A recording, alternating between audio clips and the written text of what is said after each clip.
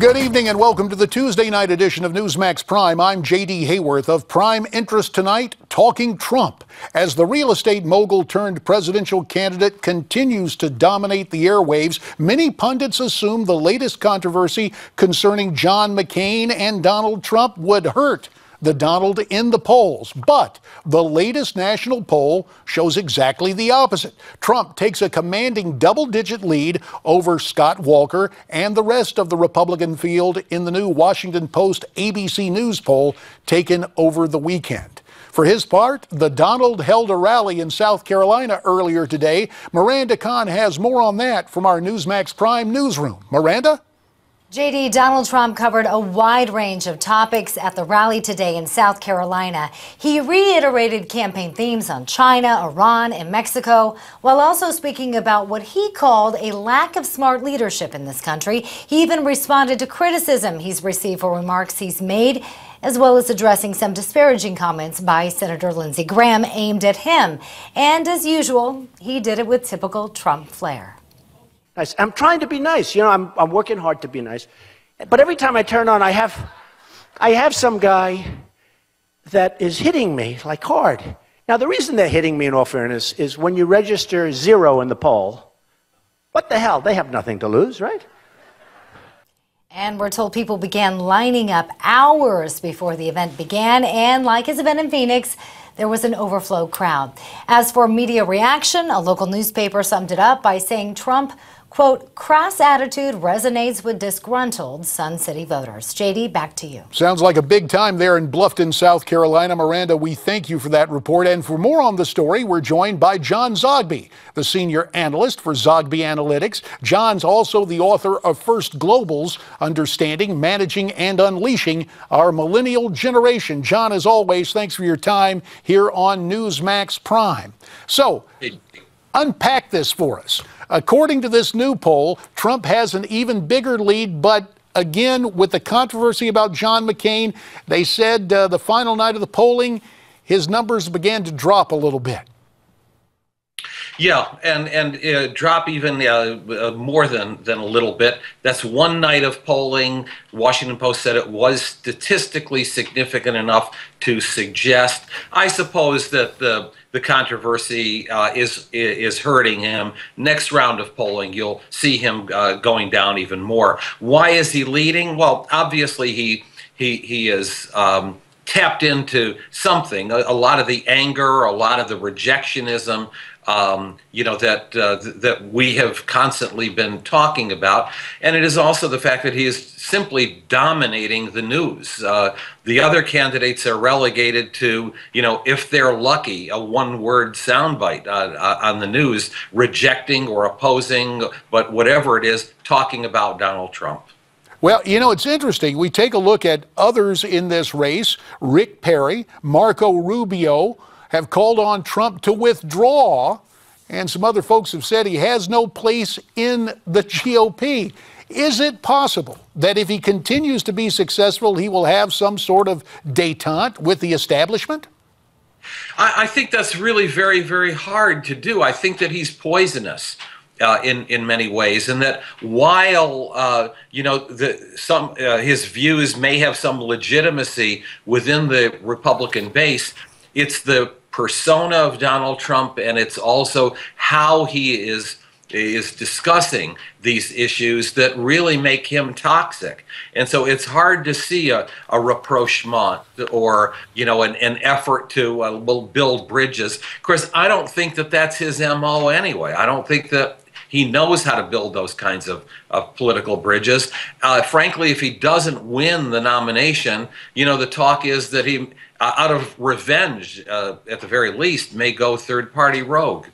Well, before we get to that whole kind of emulation of Ross Perot from 20 years ago, let's talk about this relationship, or the lack thereof, of the Donald and establishment Republicans. Suffice it to say, it is not an era of good feelings. Let's take a listen to what Trump had to say specifically about it, and then we'll get you to weigh in. The reason people are coming to you is you're the anti-politician. But that's a double-edged sword, because you can't alienate the establishment totally, can you? You know, the funny thing is that I would really not. If I win, I will tell you, I'll get along with people. And you've known me for a long time, Bill. I do get along with people. Well, you know, we have seen bitter fights before in the Republican Party. Way back in the 50s, Ike versus Taft, they got it together. Others have been able to get things together. Why not Trump and the establishment if Trump remains successful? This is different. First of all, there are elements of hate in this message.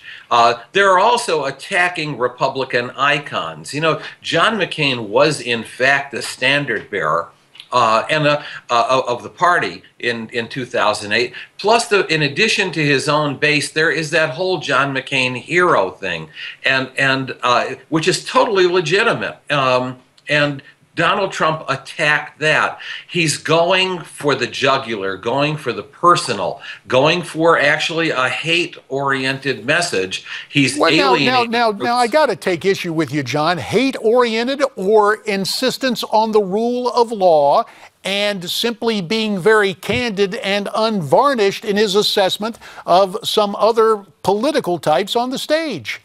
But, J.D., look, there are other people on the end of his barbs. And so it's not like that he's talking conceptually or talking about the law. He is naming names in the case of John McCain, naming names in the case of those who oppose him, and treating it very personally and showing himself to be rather thin-skinned. And then there's the whole Latino thing. You can talk about illegal aliens, but at the same time you have to understand that talking that way about illegal aliens does alienate a part of the electorate that the Republicans have to build bridges with. This isn't the way to do it. Well, neither is, quite from my perspective, always explaining away illegal aliens, saying, quote, you don't fault somebody for feeding their family. Last time I checked, John, if you robbed a bank and said I was doing it to feed my family, you wouldn't be granted clemency because of that. At any rate, let's go from the Trumpster to John Kasich, my old House colleague, now two-term governor of Ohio. He got in this race. What about Kasich? We got a minute. I'd be interested to get your perspective on him. Okay, in bullet form, governor of a very important state, lots of experience, doing well in that state. He's a conservative to moderate. Republicans normally do nominate the moderate in the race. He's a governor, and governors are very, very important. He's got a little bit of Washington, but that's old hat. He's all about Ohio, and that's an important state. And not only the governor of Ohio, but John, he was born in McKees Rocks, Pennsylvania. So you've got those two key electoral states, at least part of the Kasich bio. Your forecast for Kasich, can he catch fire? About 15 seconds. Yes, especially if Scott Walker kind of implodes or doesn't catch on, and Chris Christie also has a problem. This may be the moderate to conservative governor that the party needs. Well, we will see what happens there. As always, John Zogby, we appreciate your input. The name of John's book, again, is First Globals, Understanding, Managing, and Unleashing Our Millennial Generation. For your insights and an explanation of the polling, John Zogby, thank you so much for your time tonight on Newsmax Prime. Still to come, more fallout from Obama's nuclear deal with Iran. Colonel Derek Harvey with his reaction. Then, Dr. Richard Land will discuss the latest troubling video featuring a Planned Parenthood executive discussing the sale of aborted fetal body parts. But first, Betsy McCoy and James Davidson take a closer look at Donald Trump's tax plan. That and more when Newsmax Prime continues.